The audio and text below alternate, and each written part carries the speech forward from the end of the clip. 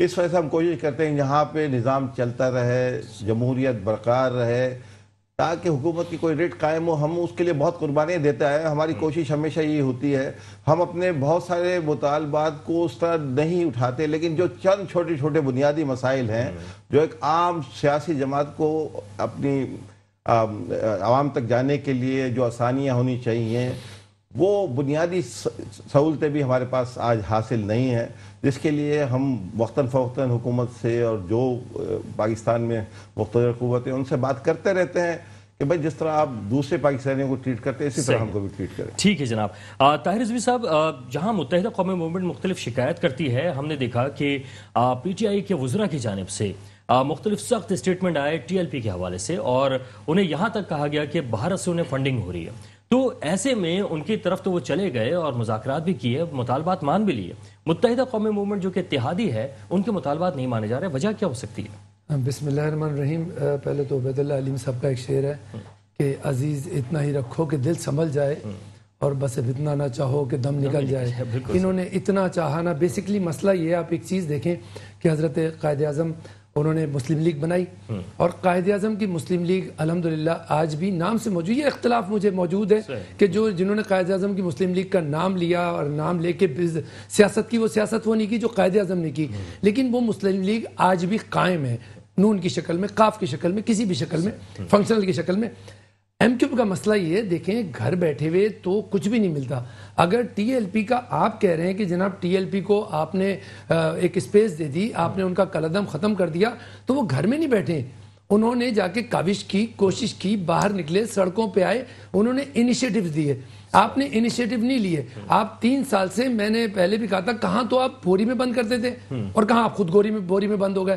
مطلب اتنا بھی نہیں وہ بات ہوتی نا کہ بالکل آپ شرافت سے یا محبت سے ایک لمٹ میں آپ جا کے چیزیں حاصل کر سکتے ہیں، لیکن ایک جگہ آپ کو ایک اسٹیپ لینا پڑتا ہے. آپ نے وہ اسٹیپ نہیں لیا. یہی وجہ ہے کہ آپ کی قدر کھو گئی ہے. آپ نے اس پوری قوم کو، کراچی اور مہاجر قوم جو ایک اتنی پڑھی لکھی قوم تھی، پورا یعنی وہاں سے انڈیا سے اپنے گھر برباد کر کے اور کس طریقے سے اپنے آپ کو برباد کر کے پاکستان بنانے والے، آج صرف آپ کی غلط پالیسیز کی وجہ سے وہ اب یہاں پر آ کے مزید برباد ہو گئے. اس میں صرف آپ کی پالیسیز، آپ نے صحیح کام نہیں کیا. ابھی ہمارے بھائی صاحب نے کہا، خالد صاحب نے، کہ جی ہر حکومت کو ہم نے سہارا دیا. آپ بس ہر حکومت کے سہارا بنے، آپ نے کبھی عوام کا سہارا بننے کی کوشش نہیں کی. آپ کی اپنی صفوں میں لوگ جب الٹا سیدھا کام کر رہے تھے. یعنی افسوس کی بات ہے کہ ایک جماعت جس کا قائد ابھی موجود ہے، وہ جو بھی ہے، وہ جہاں بھی ہے، وہ جیسا بھی ہے، ٹھیک ہے جی، اور وہ جماعت آج تتر بتر ہوئی ہے. تو مطلب چلیں ٹھیک ہے، آپ نے ایک لیا تھا نا، آپ نے قیادت لی تھی، آپ نے کمیٹی بنائی، ویل اینڈ گڈ، اس میں پڑھے لکھے لوگ. مطلب دیکھیں نا، ڈاکٹر فروغ نسیم، خالد صاحب، امین الحق بھائی، یار مطلب اتنے پڑھے لکھے لوگوں کے درمیان میں اگر ایم کیو ایم آج یہ کہہ رہی ہے ہم کیا کریں، 3 سال سے ہم تو ملک کی خاطر ایسا تو نہیں پڑھے لکھے لوگ ڈر جاتے ہیں تھوڑا سا؟ ہاں بالکل. میں نے آپ کو کہا نا کہ پہلے بوری میں بند کرتے تھے، اب خود بوری میں بند ہو گئے. اور میں نے آپ کو یاد ہوگا 1-2 پروگرام میں پہلے بھی کہا ہے کہ ان کو سن کا انجیکشن لگ گیا ہے. یہ سن ہو گئے. اب یہ جس دن جاگیں گے، تھوڑی کوشش کریں گے، ایفرٹس کریں گے، ان کو بھی ان کے حق ملے گا. ایسی بات نہیں ہے، یہاں پر وہی ہے جو مانگتا ہے اس کو ملتا ہے. ٹھیک. اچھا نعمان صاحب، اس وقت یہ سلسلہ تو جاری ہے، لیکن ایک اور معاملہ ہے کہ ہم دیکھ رہے ہیں کہ پاکستان پیپلز پارٹی اور نون لیگ جو ہے آپس میں قریب آتے آ رہے ہیں، برف پگھل رہی ہے. اس کی وجوہات کیا ہیں؟ اقتدار یا کوئی خاص وجہ؟ عوام کا ہمدردی اور بسم اللہ الرحمن الرحیم. بات یہ ہے کہ دیکھیں، پیپلز پارٹی سے نواز شریف اور شہباز شریف صاحب بیسیکلی جو ہیں وہ اپنی سروائیول کی جنگ کے لیے جو ہے ان سے ملاقات کر رہے ہیں. بیسیکلی بہت بیک فوٹ پہ چلے گئے تھے وہ پچھلے دنوں میں. اگر دیکھیں تو ان کا پولیٹیکل جو کیریئر ہے بہت بیک فوٹ پہ دکھا ہم نے. پیپلز پارٹی کا پی ڈی ایم میں آ جانا یا چلا جانا، شہباز شریف صاحب کو بہت اچھی طرح پتا ہے کہ پیپلز پارٹی کے اپنے معاملات ہیں، وہ اپوزیشن ایک حد تک کر سکتی ہے، اس کے بعد نہیں کر سکتی. جیسے ہم نے پہلے دیکھا کہ جناب وہ پی ڈی ایم کو بیچ چوراہے پہ چھوڑ کے چلی گئی تھی، تو اس کو یہی کرنا ہے. الیکشن کی تیاری ہے بیسیکلی ہے، اور شہباز شریف صاحب کا جو ہے وہ سروائیول ہے. میں یہ سمجھ رہا ہوں کیونکہ بہرحال شہباز شریف صاحب اس وقت اس پوزیشن پہ بھی نہیں رہے کہ لوگ جو ہیں پارٹی کے اندر ان کی جو پوزیشن تھی وہ بحال نہیں ہو پا رہی. تو ہو سکتا ہے کہ یہ کوشش ہے، کاوش ہے، یہ پی ایس پارٹی کو استعمال کر رہے ہیں اور پی ایس پارٹی ان کو استعمال کر رہی ہے. ہونا کچھ نہیں ہے. پی ڈی ایم میں ان کا آ جانا میں سمجھتا ہوں تحریک انصاف کے لیے، پی ٹی آئی کے لیے زیادہ بہتر ہے، کیونکہ یہ تو کسی وقت بھی ساتھ چھوڑ کے چلے جائیں گے اور بیچ چوراہے پہ چھوڑ دیں گے. پھر پلس بات یہ ہے کہ دیکھیں مسلم لیگ نون کو ضرورت نہیں ہے پیپلز پارٹی کی. وہ پنجاب میں مطلب آل اینڈ آل ہے, وہ اپنے کام بآسانی کر رہے ہیں. خیبر پختونخوا میں ان کے پاس فضل الرحمان جیسے پلیئر موجود ہیں, سندھ میں اس کا اسٹیک ہے نہیں, تو وہ پیپلز پارٹی کو اپنے مطلب لائبلٹی کیوں لے بلا وجہ کی. تو اس میں پیپلز پارٹی تو یہ وقت گین کر رہی ہے جو اس نے ان 13 سالوں میں 14 سالوں میں سندھ کا حشر نشر کرا ہے. وہ اب آخری چند دنوں میں لاسٹ ایئر میں حکومت مخالف تحریک چلا کے اپنے آپ کو مظلوم دکھانا چاہ رہی ہے, لیکن یہاں کی عوام بیوقوف نہیں ہے. دوسری بات آپ نے کہی متحدہ قومی موومنٹ کے حوالے سے, ٹی ایل پی کے حوالے سے, دیکھیں ٹی ایل پی نے وہ کام کیا جو عموماً کرکٹ ٹیم میں دیکھتے ہوں گے کہ کوئی جیت جاتا ہے تو کوئی کسی کو فائدہ ہو جاتا ہے, وہ سیمی فائنل پہنچ جاتا ہے. تو ٹی ایل پی نے ایم کیو ایم کو فائدہ کیا اور اس کو جو ہے وہ تقویت پہنچائی کہ وہ اپنے دیرینہ مطالبے کو سامنے رکھ سکیں. بات یہ ہے کہ دیکھیں, آپ نے بھی انٹرو میں کہی, خالد بھائی نے بھی یہ بات بولی, رضوی صاحب نے بھی بات بولی کہ بات یہ ہے کہ آپ اس پر الزام لگا رہے ہیں انڈین فنڈنگ. کتنا بڑا الزام نیشنل ٹی وی پہ بیٹھ کے, اور مطلب کوئی ہلکا پھلکا نہیں, spokes person minister, senior minister ان کے, وہ الزام لگا رہے ہیں. اور اس کے بعد جب میٹنگ ہو رہی ہے, ہم میٹنگ دیکھتے ہیں, اتنی ہائی لیول کی میٹنگ ہوتی ہے کہ اس میں میں تو بتانے سے بھی قاصر ہوں کہ کون کون بیٹھا ہوا تھا. تو مطلب آپ ایک طرف انڈین ایجنٹ کہہ رہے ہیں اور دوسری طرف آپ ان کے ساتھ میٹنگیں کر رہے ہیں اور ان کو بحال کر رہے ہیں. لیکن بات یہ ہے کہ دیکھیں, وسیم اختر صاحب نے کل بولا ایک بات کہ ہم تالیاں بجانے پہ ہمیں جو ہے وہ اتنا جو ہے وہ آپ نے کر دیا, اور جو جنہوں نے پولیس والے شہید کر دیے ان کو آپ نے معافی تلافی کر دی. میں اس سے بھی آگے بات کرتا ہوں, تالیاں بجانے سے بھی آگے بات ہے. بات یہ ہے کہ دیکھیں کراچی میں آپ نے ویکیوم کیا, بہت زبردست طریقے سے ویکیوم کر دیا, کراچی لاوارث چھوڑ دیا. لیکن ہر چیز کا ایک سیاسی حل ہے, اس کے بغیر ٹیبل ٹاک ہے نا. آج اگر آپ جناب کسی پہ پابندی لگا رہے ہیں اور اس کو ثابت بھی نہیں ہو رہا, کیس چل رہا ہے, اس کے باوجود جو ہے آپ کالعدم بھی نہیں کہہ رہے اس پارٹی کو, اس کی یونٹ آفس, ٹاؤن آفس یا ان کے مرکزی دفاتر بند کر دیے, حتیٰ کہ ان کے لیڈر جو بانی متحدہ ان پہ بھی پابندی لگا دی. میں یہ بات کہنے سے قاصر ہوں, کراچی, میر پور خاص, حیدرآباد, سکر, سندھ میں اردو بولنے والے گارنٹی, میں ذمہ داری لیتا ہوں کہ وہ گارنٹی لیتے ہیں کہ خدا را جو غلطیاں ہو گئیں معاف کر دو. بات یہ ہے کہ اگر بانی متحدہ نے کوئی غلطی کر دی ہے تو ختم کر دو معاملات. بھائی ذمہ داری لینے کو تیار ہے, گارنٹی کہتے ہیں کہ آئندہ ایسا نہیں ہوگا, نہیں ہے تو ریفرینڈم کرا لو, پتہ چل جائے گا آپ کو. یہ جمہوری حکومت ہے ماشاءاللہ تو ہے. لیکن کیوں کرائیں گے؟ دیکھیں پاکستان تحریک انصاف جو ہے اس کو تو سب سے بڑا خطرہ یہی ہے کہ اگر ایم کیو متحد ہو جاتی ہے یا اس کا ووٹ بینک بڑھ جاتا ہے تو سب سے زیادہ نقصان تو پی ٹی آئی کو ہوگا. دیکھیں بات یہ ہے کہ پی ٹی آئی نے, ہم نے مان لیا کہ پی ٹی آئی نے یہاں سیٹس لی, لیکن دیکھیں بات یہ ہے کہ یہاں جو انہوں نے M N A M P کا انتخاب کیا وہ دور دراز گاؤں, پہاڑی علاقے جات سے لوگ ہیں جن کو کراچی علاقے میں بیسک ان کو پتہ ہی نہیں ہے, ایشوز ہی نہیں پتہ ان کو. تو یہ ویکیوم, تو آپ کیا سمجھتے ہیں کہ ہم ان کی خوشنودی کی خاطر جو ہے اس شہر کراچی کو جو پاکستان کو پال رہا ہے, چلا رہا ہے, اس کا ستیہ ناش کر دیں صرف ایک مخصوص خوشنودی کی خاطر؟ ایسا نہیں ہونا چاہیے. دیکھیں ناانصافی ایک حد تک ہوتی ہے, یہ 1971 نہیں ڈھاکہ فال ہو جائے اور 10 سال بعد 20 سال بعد رپورٹیں نکل رہی ہیں کہ کیا ہوا تھا. اب تو 1 گھنٹے میں رپورٹ آ جاتی ہے کہ اجلاس میں ہوا کیا. تو یہ ناانصافیاں, محرومیاں نہ کریں, ایسا نہ ہو کہ معاملات کسی اور طرف جائیں. خدا کے لیے اس معاملات کو دیکھیں, سب کو ایک نظر سے دیکھو.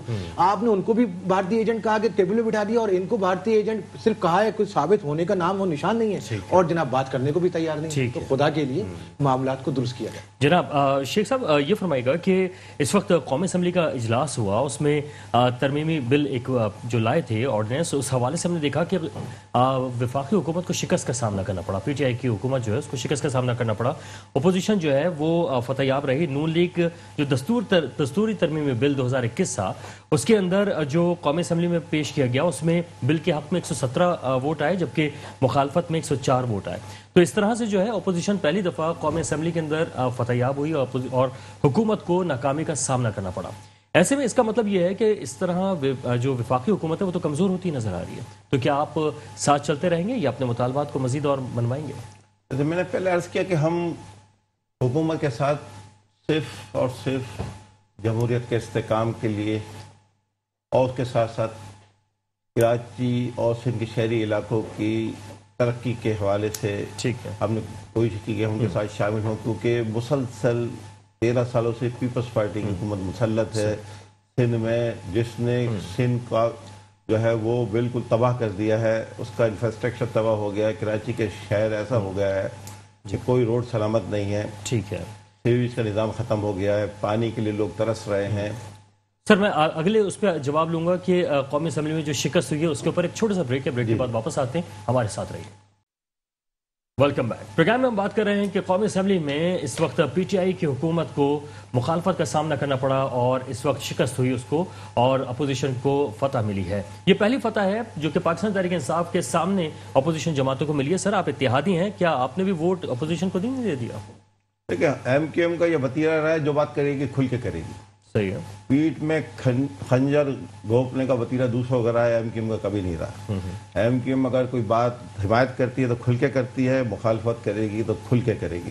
اور جو ایشوز آپ دیکھ رہے ہیں، ہمارے کنوینر، ڈپٹی کنوینرز اور ہمارے دیگر جو ہمارے نمائندے ہیں ایم کیو ایم کو ریپرزینٹ کرتے ہیں میڈیا میں، وہ کھل کے جو جن باتوں میں ہمیں خدشات ہیں، جن باتوں کو ہم سمجھتے ہیں کہ وہ ہمارے لیے بہتر نہیں ہے اور اس اتحاد کے لیے بہتر نہیں ہے یا پاکستان کے عوام کے لیے بہتر نہیں ہے، ہم کھل کے بات کر رہے ہیں۔ وزیر اعظم صاحب سے بھی چند دن پہلے ہماری ملاقات ہوئی تھی پارلیمانی لیڈرز کی، اس پہ بھی ان سے یہی کہا کہ بھائی آپ کی ہم اتحادی ہیں، بہت سارے فیصلے آپ کی حکومت ایسے کرتی ہے جس کا ہمیں علم نہیں ہوتا، ہمیں اعتماد میں نہیں لیا جاتا۔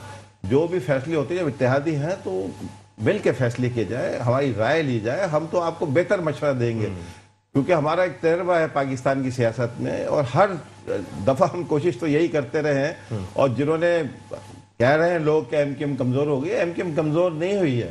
ایم کیو ایم نے اپنا طریقہ کار، جو سارے لوگ الزام لگایا کرتے تھے ایم کیو ایم پہ دہشت گردی کے، لڑائی جھگڑوں کے، ایم کیو ایم نے تو 6 سال ہو گئے یہ دکھا رہی ہے ایم کیو ایم کہ دیکھیں یہ ہے ایم کیو ایم جس نے اپنے آپ کو یکسر تبدیل کیا ہے، عوام میں اویئرنیس پیدا کری ہوئی، جو مسائل ہیں میڈیا کے ذریعے تمام ایوانوں میں موجود ہے۔ ایم کیو ایم صوبائی اسمبلی میں، قومی اسمبلی میں، سینٹ میں وہاں آواز اٹھا رہی ہے مسلسل۔ سر کراچی والوں کو کیا فائدہ ملا؟ میں یہی عرض کرنے جا رہا تھا کہ کراچی اور سندھ کے شہری علاقوں کے وسائل، پھر اس کے ساتھ تیسرا میڈیم جو ہے، وہ 3 ہی طریقے ہم نے جو دنیا میں شریفانہ دیکھے ہیں، وہ یہی ہیں کہ اب عوام میں جایا جائے، عوام سے بات کی جائے، عوام کو بتایا جائے یہ مسائل ہیں۔ میڈیا کے ذریعے ہم نے یہ بات بتانے کی کوشش کی ہے، پریس کانفرنس کی ہے، اس کے ساتھ ہم نے اسمبلیوں میں آواز اٹھائی ہے۔ اس کے بعد ایک عدلیہ جس کو جو آخری دروازہ ہے وہ بھی ہم نے کھٹکھٹایا ہوا، کسی چیز کا فیصلہ عدلیہ نہیں۔ 140A جس کے لیے ہم گئے ہوئے ہیں، تقریباً 5واں سال ہے، اس کو ردی کی ٹوکری میں پھینک دیا گیا ہے یا کسی ایسی فائل کے نیچے دبا گیا ہے کہ جہاں سے وہ فائل نظر نہیں آ رہی۔ وہ بنیادی مسئلہ ہے، پورے پاکستان، خالی کراچی کے عوام کا نہیں ہے، سندھ کے شہری علاقوں کے عوام کا نہیں ہے، وہ بنیادی مسئلہ ہے کہ جو بلدیات کو تقویت دے گا، جس میں پتہ چلے کہ بلدیات کے پاس کیا اختیار ہیں۔ 18ویں ترمیم کے بعد پیپلز پارٹی نے تمام اختیارات جو نیچے ڈیوالو کرنے تھے، 18ویں ترمیم میں یہ نہیں لکھا ہوا کہ صوبوں کو منتقل کیے جائیں گے اختیارات، بلکہ یہ لکھا ہوا ہے کہ صوبائی حکومتیں اس کو نچلی سطح تک ڈیوالو کریں گی، بلدیاتی کے یو سی کی سطح تک ڈیوالو کریں گی، لیکن پیپلز پارٹی نے وہ تمام باتیں بھلا دی ہیں اور سندھ کے شہروں پہ ظلم و ستم۔ تو یہ نہ میڈیا کے ذریعے جو ہم نے آواز اٹھائی، نہ اسمبلیوں میں جو ہم نے آواز اٹھائی، سینٹ میں، قومی اسمبلی میں، صوبائی اسمبلی میں اور عدلیہ میں گئے، کوئی فیصلہ ہو کے نہیں دے رہا۔ کراچی کے اور سندھ کے شہری علاقوں کے نوجوانوں کی نوکریاں ختم کر لی گئی ہیں، کراچی اسی معاملات میں نوکریاں دی جا رہی ہیں۔ اس بات پہ سر ہم جا رہے تھے پیپلز پارٹی سے رابطہ کرنا، لیکن مسلسل کوشش کے باوجود رابطہ یہ مقدمہ اٹھا تو رہے ہیں سندھ کے شہری علاقوں کے لوگ، ہم تو اٹھا رہے ہیں۔ طاہر صاحب اس وقت دیکھا جائے تو اس وقت جو صورتحال نظر آئی، نون لیگ اور پیپلز پارٹی قریب تو آئے، لیکن ہم نے آج عملی ثبوت دیکھ لیا کہ جو قومی اسمبلی ہے اس میں اپوزیشن نے فتح حاصل کر لی ہے، تو یہ تو عملی ثبوت نظر آ گیا ہے، اور اس کا مطلب ہے کہ حکومتی ارکان جو ہیں وہ بھی شامل ہوئے ہوں گے۔ دیکھیں مسئلہ یہ ہے کہ پیپلز پارٹی اور نواز لیگ کا مسئلہ یہ ہیں ایک دوسرے کے ساتھ، لیکن ساتھ چلتے چلتے نا بار بار یوں ایک دوسرے کو دیکھتے رہتے ہیں کہ کون کب چھوڑ کے بھاگ جائے گا۔ تو یہ ساتھ بھی ہیں، یہ ہر جگہ ساتھ ہو جائیں گے، جہاں پر یہ دیکھیں گے ان کے مفادات پورے ہو رہے ہیں وہاں یہ ساتھ ہو جائیں گے۔ ابھی دیکھیں ہو سکتا ہے 2-3 دن میں 4 دن میں آپ کو پھر پتہ چلے یہ اپنا اپنا گیم کھیل رہے ہیں۔ پیپلز پارٹی اپنا گیم کھیل رہی ہے، نواز لیگ اپنا گیم کھیل رہی ہے، دونوں میں سے کوئی بھی نہ پبلک کے لیے سنسیئر ہے نہ وہ عوام کے لیے سنسیئر ہے۔ اگر آپ یہ سمجھتے ہیں کہ وہ اپوزیشن کا کردار ادا کر رہے ہیں اس لیے کہ وہ عوام سے سنسیئر ہے، قطعی نہیں۔ اگر عوام سے سنسیئر ہوتے، میں مسلم لیگ نواز کی بات نہیں کر رہا، اس کے پاس اس وقت کوئی گورنمنٹ نہیں ہے، لیکن کیا پیپلز پارٹی کے پاس گورنمنٹ نہیں ہے؟ کیا پیپلز پارٹی سندھ پر 10 سال سے 12 سال سے حکومت نہیں کر رہی ہے؟ کیا گل کھلایا ہے؟ کس کعبہ کس منہ سے جاؤ گے غالب؟ وہ آپ سنتے ہیں نا، آپ کس منہ سے پبلک کے پاس جائیں گے؟ آپ کو پہلے فرض کریں، کہتے ہیں کہ پہلے وہ تو بڑے کانفیڈنٹ ہے، وہ تو کہہ رہے ہیں کراچی بھی اب ہمارا ہو. آپ ووٹ لینے جاؤ گے تو آپ سے پہلے پوچھا جائے گا کہ آپ نے 10 سال کیا، چھوڑ دیں کراچی کو. میں تو بات ہی نہیں کرتا، میں تو بھائی سندھ کی بات کرتا ہوں. میں کہتا ہوں کراچی سندھ میں، اور ہمیں پہلے سندھ کی بات کرنی چاہیے، بعد میں کراچی کی کرنی چاہیے. تو سندھ میں کیا ہو گیا؟ لاڑکانہ میں کون سی دودھ کی ندیاں بہا دی انہوں نے، نواب شاہ میں کون سی، میرے ایم کیو ایم کے بھائی یہ کہتے ہیں جی کراچی کے ساتھ ظلم کر دیا. میں کہتا ہوں پیپلز پارٹی نے سب کے ساتھ ظلم کیا ماشاءاللہ. اس نے لاڑکانہ والوں کے ساتھ بھی ویسے ہی کیا ہے، اس نے کراچی والوں کی نہیں. ان کے یہاں ایک چیز ہے صرف، سب سے پہلے کرپشن. وہ کرپشن میں لگے ہیں دھڑا دھڑ. وزیر اعلیٰ سے لے کے ہر آدمی کرپشن کو یا سپورٹ کر رہا ہے. وزیر اعلیٰ صاحب آنکھیں بند کیے ہوئے، کوئی کر رہا ہے، مطلب ان کا کام ہے پیسہ پیدا کرنا اور کسی طرح بس سن جائے. سر وہ کہتے ہیں کہ ثابت تو کر کے بتائیں، نیب میں کیسز چل رہے ہیں لیکن کوئی ثابت نہیں کر پایا اب تک. سب سے بڑا اہم سوال یہ ہے کہ کوئی ثابت نہیں کر پایا. نعمان صاحب آپ کی طرف آؤں گا. نعمان صاحب یہ فرمائیے گا کہ ابھی الیکشن کمیشن نے بھی کہا ہے کہ ووٹر لسٹیں جو ہیں اس کے اندر درستگی کے لیے مختلف اندراج کیا جائے گا اور ان کو درست کیا جائے گا. یہ ہم دیکھتے ہیں کہ پاکستان پیپلز پارٹی فوراً ایکٹیو ہوئی ہے. سید غنی کے زیر صدارت اجلاس بھی ہوا ہے اور اس وقت جو ہے وہ جو سندھ کے اندر جو ووٹر لسٹوں کی درستگی کا کام ہوگا اس کی مانیٹرنگ وغیرہ اور نگرانی کریں گے اپنے اپنے حساب سے، اپنے پارٹی کے لحاظ سے.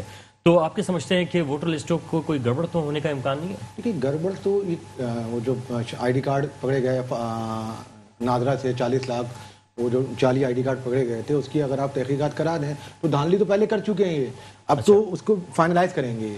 بات یہ ہے کہ دیکھیں یہ کچھ بھی کر لیں لیکن کراچی والے کسی بھی حال میں ان کو ووٹ کبھی نہ دیا پہلے نہ آئندہ مجھے لگتا ہے دیں گے، کیونکہ سب کے سامنے ہے ہم تو ترقیاتی کاموں کے جال بچھا دیا. لیکن بات یہ کہ ایڈمنسٹریٹر لگانا اور وہ بے وقوفانہ بات کرنا ایڈمنسٹریٹر کی کہ میرے 35 دن کسی کے 35 سال سے بہت بہتر ہیں، وہ اس طرح کی باتیں تو بہت اچھی لگتی ہیں، کر لیں گے. لیکن عملی طور پہ تو آپ دیکھیں نا 0/0 آپ وہیں کے وہیں کھڑے جہاں سے آپ نے، بلکہ اور ورسٹ کنڈیشن میں آ گئے آپ. بات یہ ہے کہ دیکھیں آپ کیا جب تک لوکل باڈی نظام مضبوط نہیں ہوگا اس کو جیسے خالد سلطان بھائی نے ایک بات بولی کہ آپ اختیارات ٹرانسفر ہی نہیں کر رہے تو کام کیسے ہوگا شہر کے اندر. ووٹنگ اندراج میں نے مان لی بات، چلیں ٹھیک ہے کیا کر لیں گے، ایک نیا ضلع اور بنا دیں گے. نہیں درستگی ہوگی کہ مطلب یعنی کہ لوگ جو ہیں شفٹ ہو جاتے ہیں مختلف جگہوں پہ تو ان کے جو ہے نام ووٹر لسٹ میں آنا چاہیے. دیکھیے بات یہ ہے کہ ابھی بھی ایسی کئی شکایتیں موجود ہیں جن کے ووٹ ٹرانسفر کر دیے گئے، وہ رہ رہے ہیں، مطلب ان کے پرماننٹ ایڈریس ہیں. ڈسٹرکٹ سینٹرل کے واقعہ بتا رہا ہوں میں آپ کو، ان کا پرماننٹ ایڈریس ہے. لاسٹ ایئر انہوں نے مطلب لاسٹ الیکشن میں انہوں نے ووٹ ڈالا اسی جگہ سے، اور اب اٹھا کے ان کو جناب ملیر کسی گوڈ میں لگا دیا، کسی قائد آباد میں پھینک دیا. یہ تو کیسز عام ہیں، یہ تو سلسلہ شروع ہے. لیکن وہ یہ کہہ رہے ہیں کہ درستگی اگر عوام بھی کرانا چاہے تو عوام بھی جو ہے وہ الیکشن کمیشن سے رجوع کر سکتی ہے اور درست کروا سکتی ہے. دیکھیے بات یہ کہ اتنا لینتھی پروسیس آپ الیکشن کا سلسلہ ہے ہمارا کہ مطلب اس میں آدمی ایک پوری کھپت چاہیے، ایک سلسلہ چاہیے. اسکول ٹیچر 2 گھنٹے میں یہ کام نہیں کر پائیں گے. لوگ ایکٹیو بھی اس وقت ہوتے ہیں جب الیکشن ہو رہے ہوتے ہیں. دیکھیں 2 گھنٹے پورے سال کوئی ایسا نہیں 2 سے 3 گھنٹے میں 400 روپے روز دے کے اسکول ٹیچر سے یہ کام نہیں کروایا جا سکتا. اس کے لیے آپ کو کوئی پلان لانا پڑے گا. آپ دور آئی ٹی کا دور ہے، اب وہ دور چلا گیا کہ آپ جا کے گھر گھر جائیں اور یہ کریں. کوئی سائنٹیفکلی طور پہ سسٹم کو متعارف کرایا جائے جس سے بہتری آئے. بالکل. اچھا شیخ صاحب یہ فرمائے گا کہ متحدہ قومی موومنٹ کو ہم نے دیکھا تھا بہت زیادہ فعال تھی اور ایکٹیو نظر آتی تھی ایسے معاملات میں، خاص طور پہ کہ جب ووٹر لسٹ میں نام شامل کیا جا رہا ہو یا اس کو درست کروانا ہو. تو آپ نے اب تک کوئی موبلائز کرانے کے لیے کوشش کی، کوئی کمیٹی بنائی؟ ہمارا تو مرکزی الیکشن سیل مستقل بنیادوں پہ کام کرتا ہے اور پورے سال کام کرتا ہے اور تمام چیزوں پہ نظر رکھتا ہے. اس حوالے سے بھی عوام میں اویئرنیس پیدا کرنے کے لیے ہمارے کارکن ہر علاقے میں موجود ہیں، کیونکہ ہمارا بہرحال ایک واحد پارٹی ہے جس کا ہر گلی محلے سے تعلق ہے. سندھ کے شہری علاقے طاہر بھائی بات کر رہے تھے کہ واقعی جو بات ابھی طاہر بھائی نے کی ہے کہ خالی کراچی اور حیدرآباد ہی کو تباہ نہیں کیا پیپلز پارٹی نے، تو پورے سندھ کو تباہ کیا. لیکن ظاہر متحدہ قومی موومنٹ کی جہاں نمائندگی ہے وہاں اس کے کارکنان ووٹر لسٹ کے حوالے سے پوری اویئرنیس رکھتے ہیں، پوری کوشش کر رہے ہیں. میں آپ کو بتا دوں بالکل ابھی نعمان کہہ رہے تھے کہ ووٹر لسٹ میں جو ابھی ایف آئی اے کی ایک رپورٹ آئی تھی اس میں انہوں نے 3 سے 4 ملین شناختی کارڈ جن میں جعلی بنائے گئے. اور اس کا مطلب یہ ہوتا ہے پہلے ایک زمانہ ہوتا تھا کہ شناختی کارڈ بن جاتا اور ووٹر لسٹ میں نام ہونا ضروری نہیں تھا. لیکن جب سے نازا کا سسٹم ہے، میں آپ کی اویئرنیس کے لیے اور عام پبلک کی اویئرنیس کے لیے بتا رہا ہوں، آٹومیٹکلی آ جاتا ہے. صرف یہ ہوتا ہے اس کو کس حلقے میں ایگزیکٹلی کس حلقے میں بھیجا جائے، اس ووٹ کو کہاں ڈالا جائے، اس کے لیے تھوڑا سا ان کو محنت کرنی پڑتی ہے الیکشن کمیشن کو. تو یہ 30 سے 40 لاکھ ووٹ کا مطلب یہ ہو گیا کہ آپ کے اگر 100 سیٹیں پیپلز پارٹی نے جیتی تو 100 کے 100 میں گھپلا ہوا. اچھا ہمارے ساتھ 2018 کے الیکشن میں جو ہوا تو سب کو پتا ہے کہ رات کو فارم ہی نہیں دیے گئے، فارم ہی سارے جو ہماری سیٹیں کم ہوئی، اس کی وجہ یہ تھی. تو پیپلز پارٹی کی جو 100 سیٹیں آئی ہیں پہلے تو 80 85 90 تک پہنچی تھی سب ریزرو سیٹس ملا کے ان کی، اور اب ایک دم 100 آ گئی اس حالت میں جب وہ تباہی اس نے پورے سسٹم پہ پھیلائی. تو اس کا مطلب اس جعلی ووٹوں نے کام کیا، اور اس کی بنیاد پہ یہ تو میں تو کہتا ہوں پوری تحقیقات ہونی چاہیے. اچھا سر، ویسے اس وقت پیپلز پارٹی کا نمائندہ ہمارے ساتھ موجود تو نہیں ہے، لیکن ان کا میں ایک بیان آپ تک پہنچا دوں کہ ان کا یہ کہنا ہے کہ ہم نے کام ایسے کیے ہیں کہ کراچی کی عوام نے ہمیں ووٹ دیا ہے، اور یہ جتنے بھی صوبائی وزراء ہیں ان کے بیانات ہیں، وہ کہتے ہیں کہ ہم نے اتنا بہترین کام کر دیا ہے، چاہے وہ کینٹونمنٹ کے انتخابات ہوں یا جو اس وقت انتخابات ہوئے تھے ضمنی، ان میں سب میں پیپلز پارٹی جیتی ہے. اصل میں ایک ہوتی ہے ترقی، ایک ہوتی ہے ترقی معکوس. پیپلز پارٹی نے ساری کی ساری ترقی معکوس کی سندھ میں. ہر چیز جو پہلے بنی ہوئی تھی وہ تباہ ہو گئی ہے. اچھا، اس کو یعنی کہ ایک انفراسٹرکچر جو موجود تھا اس کو بھی تباہ کر کے تو رکھا. سر ایسے میں آپ نے کوئی آواز اٹھائی؟ ہم تو مسلسل جا رہے ہیں، ہم نے تو ریلی بھی نکالی، مسلسل جو ہے وہ شاید ہی کوئی دن جاتا ہوگا جو پیپلز پارٹی کے کرتوت ہم نہ بتاتے ہوں جو انہوں نے ظلم و ستم کیا ہوا ہے. اور اب تو کورٹس کہہ رہی ہیں، سپریم کورٹ بار بار چیخ کے کہہ رہی ہے کہ پیپلز پارٹی نے سندھ کو تباہ کر دیا، کراچی کو تباہ کر دیا. تو سر آپ آواز اٹھا رہے ہیں لیکن جو آپ کی دنیا کا آواز چھٹا بڑا شہر ہے، جی چھٹا بڑا شہر ہے، یہاں پہ چنچی میں ہماری مائیں بہنیں سفر کر رہی ہیں، ان کے نامحرموں کے ساتھ گھٹنے چھل رہے ہوتے ہیں. جو 12 بسیں لے کے آئے ہیں 13 سال میں، 12 بسیں پیپلز پارٹی لے کے آئی ہے سندھ میں. تو آپ انداز لگا لیں کہ ان کا کیا نیت ہے، کتنی کرپشن ہو رہی ہے، اور کس طرح وہ جہاں کا پاکستان کا پیسہ 1200 ارب، میں آپ کو بتا دوں فگر عوام کو بار بار بتانے کی ضرورت ہے کہ 1200 ارب روپیہ 1 2 5 7 ارب روپیہ نہیں، فیڈرل گورنمنٹ ہے، NFC ایوارڈ کے تحت آتا ہے. ہمیں جوائن کیا اس وقت مسلم لیگ نون کے سینئر رہنما صدیق الفاروق صاحب، آپ کو ہم خوش آمدید کہیں گے. صدیق الفاروق صاحب، بات اس وقت یہ ہو رہی ہے کہ پیپلز پارٹی اور نون لیگ کے درمیان جو دوریاں ہوئی تھیں، ایسا لگ رہا ہے کہ وہ دوبارہ جو ہے قریب آتے جا رہے ہیں، اور آج ہم نے اس کا مظاہرہ قومی اسمبلی میں بھی دیکھا جہاں پہ اپوزیشن کو فتح ملی ہے اور حکومت کو جو ہے مخالفت کا سامنا کرنا پڑا. کیا کہیں گے سر؟ الرحمن الرحیم. میں آپ سے عرض کروں گا کہ ریاست پاکستان اور پاکستان کے اللہ کے بعد حکمران عوام جی مرکزی حکومت عمران خان کے ہاتھوں جن مشکلات سے دوچار ہیں، اس میں ایک تو یہ ہے کہ قرضہ GDP کے برابر ہو گیا ہے. 45,000 ارب سے اوپر، 30,000 ارب تھا جب یہ آئے ہیں، 45,000 ارب سے اوپر ہو گیا ہے. گورننس بالکل فیل ہو گئی ہے. اعتماد اس حکومت پر رہا نہیں ہے، نہ ملک، نہ قوم کو، نہ بین الاقوامی برادری کو.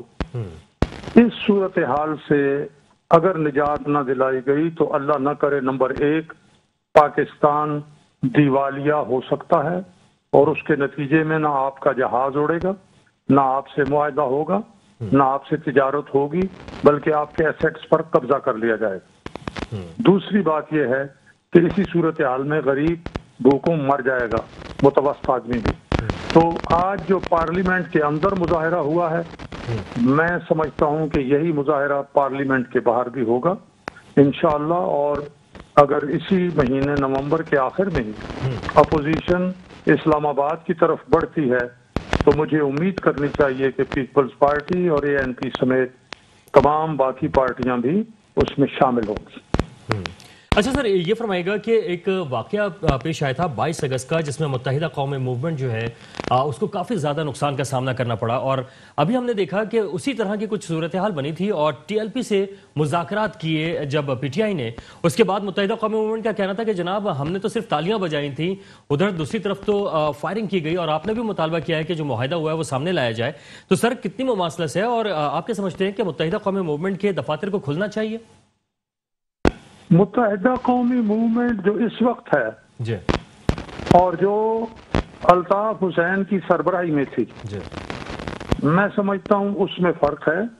اگر مائنس الطاف حسین اور مائنس وہ گروپ جن کے ہاتھوں پہ عوام کا خون ہے، جن کے ہاتھوں پہ 12 مئی کے واقعات ہیں، اس کے علاوہ اگر یہ بات جینوئنلی اس کی بجائے یہ اپوزیشن کے ساتھ آئیں. ٹھیک ہے. اچھا سر صدیق صاحب یہیں سے شروع کروں گا، میں کنٹینیو آپ سے ہی کروں گا. ایک چھوٹا سا وقفہ ہے، ہمارے ساتھ رہے گا سر.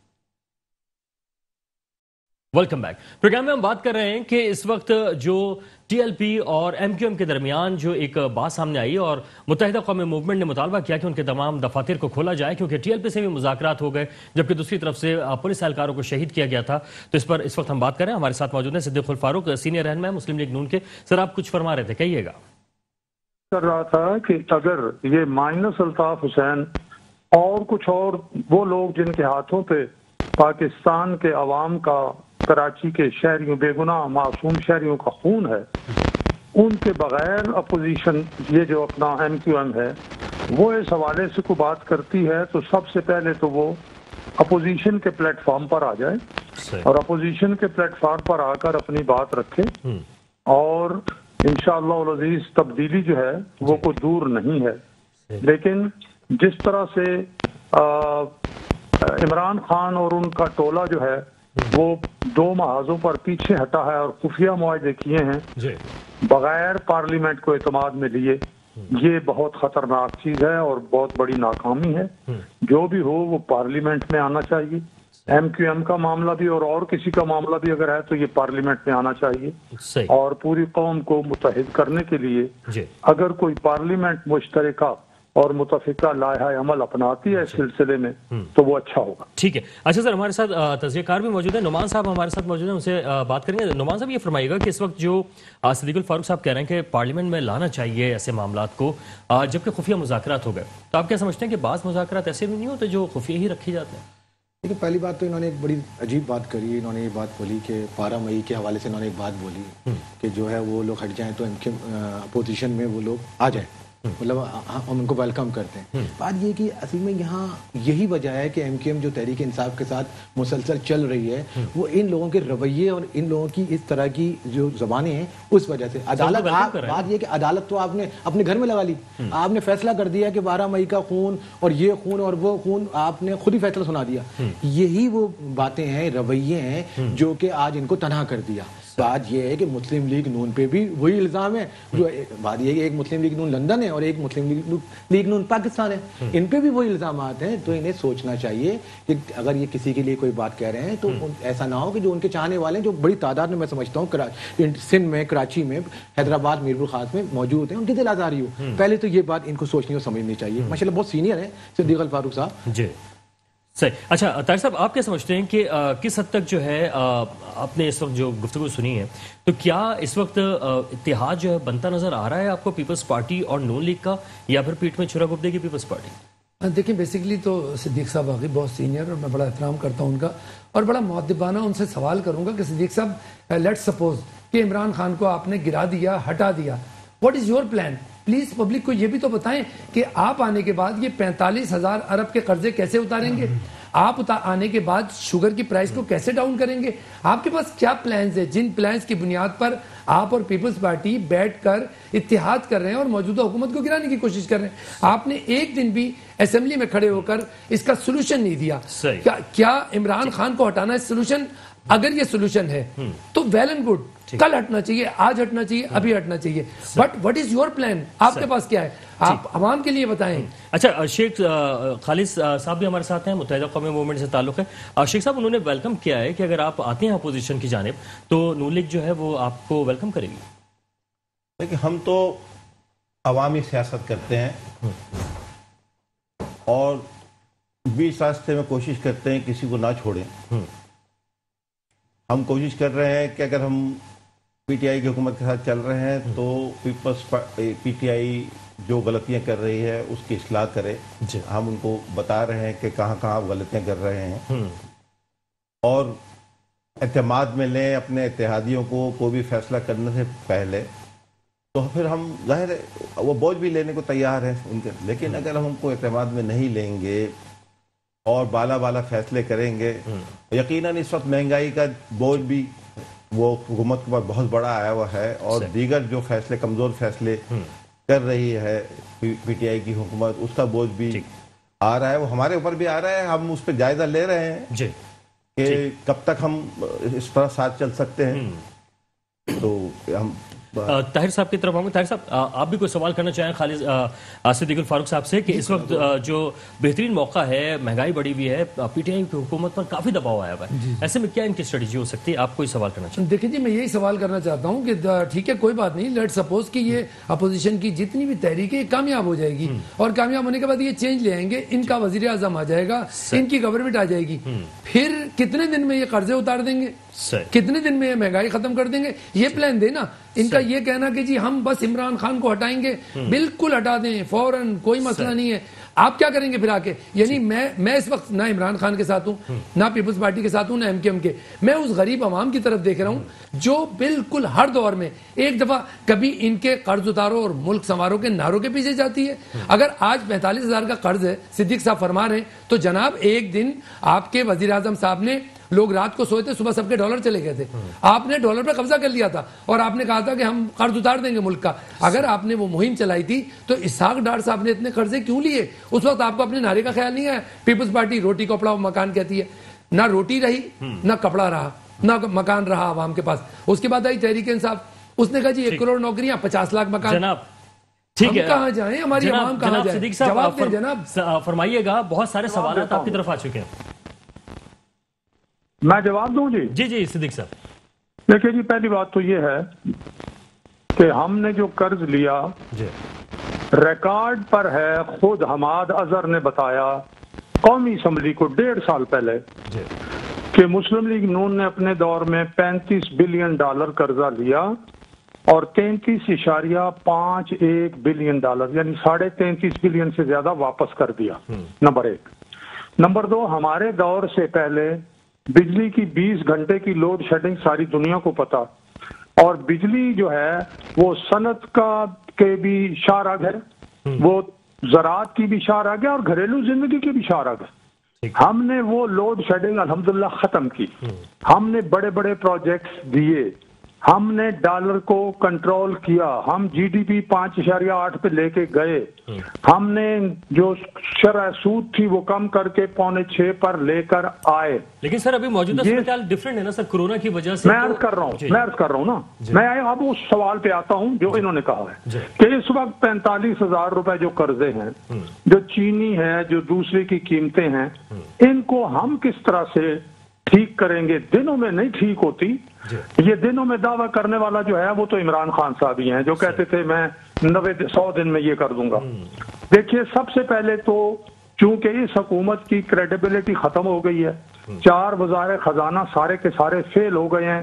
اصل میں عمران خان فیل ہو گئے ہیں. ہماری کریڈیبلٹی ہے، ہم جب آئیں گے اقتدار میں انشاءاللہ العزیز تو باقی پارٹیوں کو بھی ساتھ لے کے چلیں گے. نمبر 1.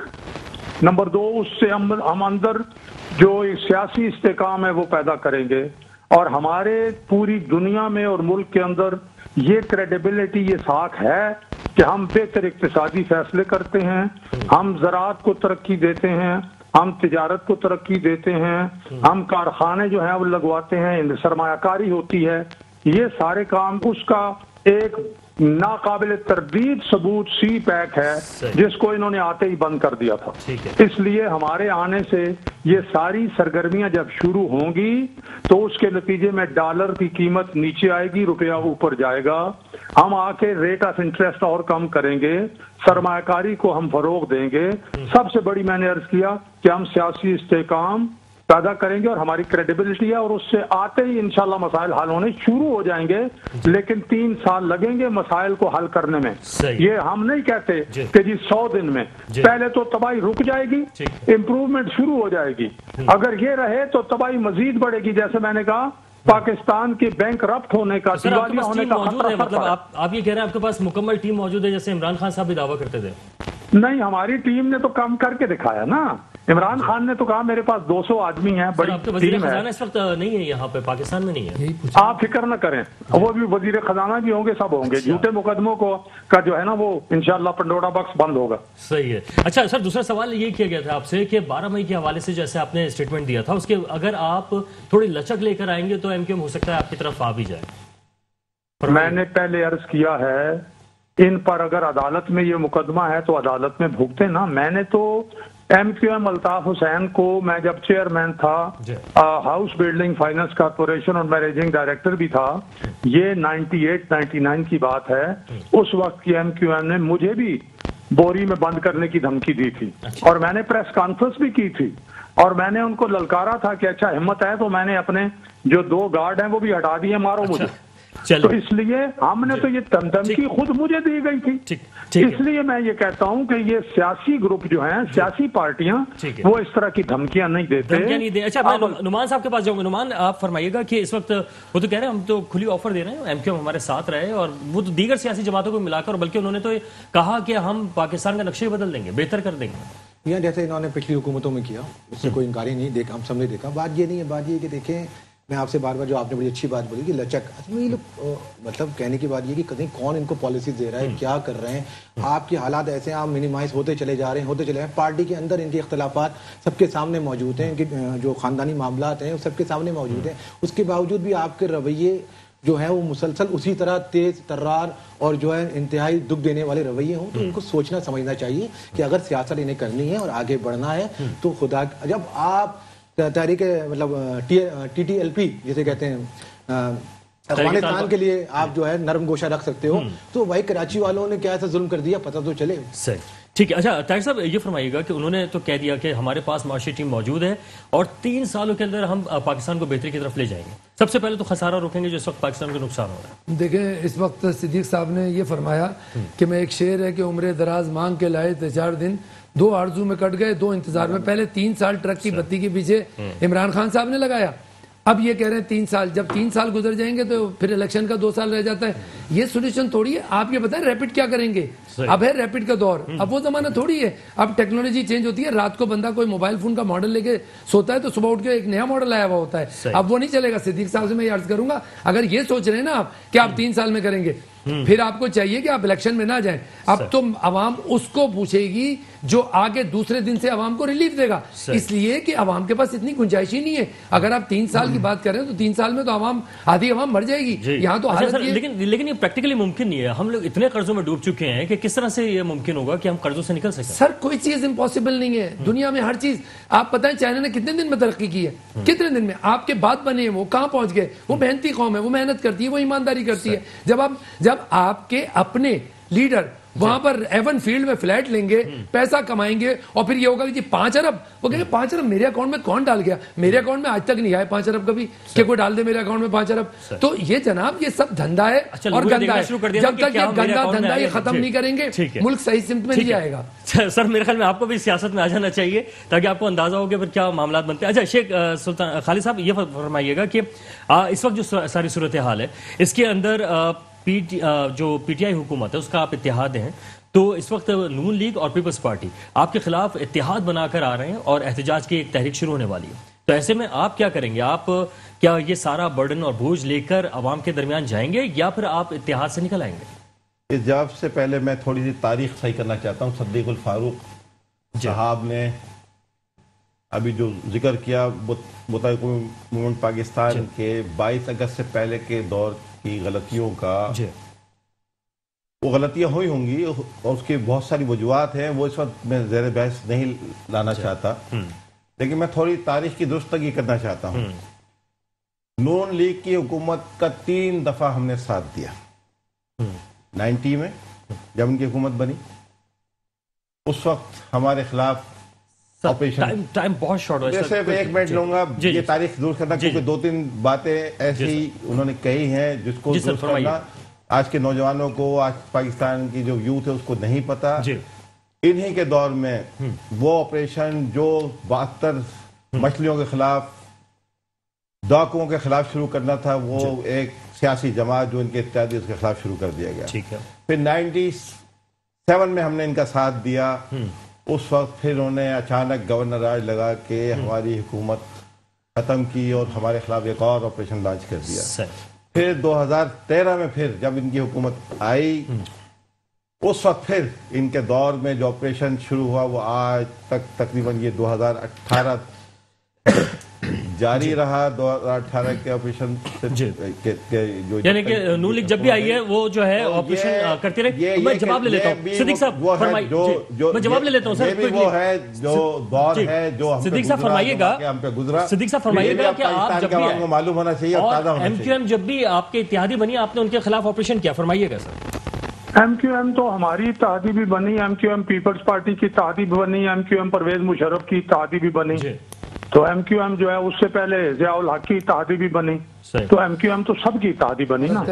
یہ جو بات میں نے آپ اپنے تجربے سے آپ کو بتائی ہے, میں بہت سی باتیں نہیں کہنا چاہتا ایم کیو ایم کے بھائیوں کے بارے میں. یہ اب ایم کیو ایم میں سمجھتا ہوں یہ چونکہ بہت سے معاملات اب صاف ہو گئے ہیں, بہت سے لوگ الگ ہو گئے ہیں, ان سے الگ ہو گئے ہیں, الگ کر دی جو بھی کچھ ہے. میں نے 2 باتیں کی ہیں کہ اس معاملے کو اپوزیشن کے پلیٹ فارم پر لائیں, پہلے اسے ڈسکس کریں تو پارلیمنٹ میں لے کے جائیں. جو بھی الزامات ہیں ان معاملے میں کرنے ہیں پارلیمنٹ میں لائے جائیں. نمبر 1 کی طرف جا رہے ہیں سر. 2 جملے اور مجھے بولنے دیں سر, کہیے گا. میں یہ کہتا ہوں کہ اگر کوئی یہ کہے نا جی کہ یہ چٹکی بجانے میں صبح نیا موبائل آ جائے گا, یہ نیا موبائل نہیں ہے. اکانومی اس طرح ٹھیک نہیں ہوتی. ماحول بنائیں گے, میں نے یہ کہا ہے کہ خرابی رک جائے گی انشاءاللہ اور امپروومنٹ شروع ہو جائے گی. ٹھیک ہے سر. نعمان صاحب بس آپ کے پاس چند سیکنڈز ہیں, فرمائیے گا, کنکلوڈ کیجئے. کنکلوڈ یہ کرنا ہے کہ بات یہ ہے کہ جو لوگ شیشے کے گھروں میں رہتے ہیں دوسروں کے گھروں پتھر نہیں مارنا چاہیے. جاگ پنجابی جاگ کے نعرے ان کے دلسوں میں بھی لگے ہیں اور بہت کچھ ہوا ہے. انہیں سوچنا اور سمجھنا چاہیے, کہنے سے پہلے, الزام لگانے سے پہلے انہیں بہت سوچنے اور سمجھنے کی ضرورت ہے. حالات نہیں ہیں اس طرح. جی بہت شکریہ. طاہر صاحب فرمائیے گا. میں کہوں گا جناب طاہر القادری صاحب کی جماعت پہ جو گولیاں برسائی گئی تھیں وہ کیا تھیں, اس کی بھی تو تحقیقات ہونی چاہیے. اس کے لیے بھی اسمبلی میں آواز اٹھنی چاہیے. صدیق صاحب سے پوچھوں گا. ٹھیک ہے. اچھا بس اب ٹائم کیونکہ ہمارے پاس بہت شارٹ ہے. صدیق فاروق صاحب کچھ کہنا چاہ رہے ہیں تو بہت مختصر وقت ہے آپ کے پاس, فرمائیے گا. رابطہ ہمارا منقطع ہو گیا ہے. اس وقت میں اپنے تمام معزز مہمانوں کا شکریہ ادا کروں گا. آپ کو بتاتے چلے کہ طاہر رضوی صاحب, شیخ خالد سلطان صاحب, نعمان رضوی صاحب اور صدیق الفاروق صاحب ہمارے ساتھ موجود تھے. آپ تمام لوگوں کا بہت شکریہ کہ آپ لوگ تشریف لائے. اس کے ساتھ ہی پروگرام 2 ٹوک سے وقار الحسن کو اجازت دیجیے. اللہ.